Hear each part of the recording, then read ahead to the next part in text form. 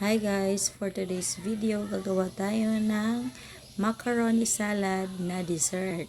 Ayan yung mga ingredients niya guys. May Nestle cream, condensed, cheese, may kaong at saka nata de coco at mayonnaise. Tapos fruit cocktail at saka sa akin guys, nilalagyan ko siya ng powdered milk. Para po mas malinamnam at saka creamy talaga yung salad natin. Kahit anong brand po ng mga ingredients nyo na gagamitin guys ay pwede naman po.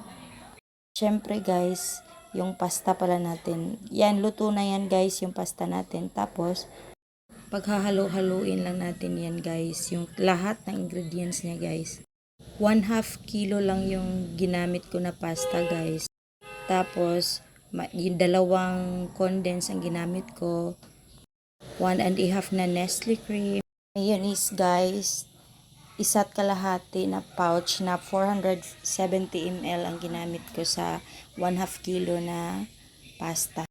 Iisang kaong tsaka nata de coco na medium size lang na kabote guys yung ginamit ko dyan.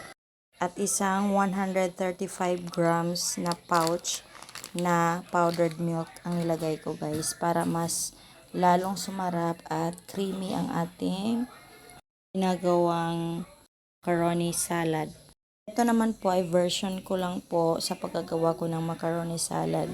Yung iba po kasi ay naglalagay sila ng mais tsaka raisin sa kanilang salad. Pero ako po, hindi po talaga ako naglalagay ng ganon pag ako ang gumagawa ng macaroni salad.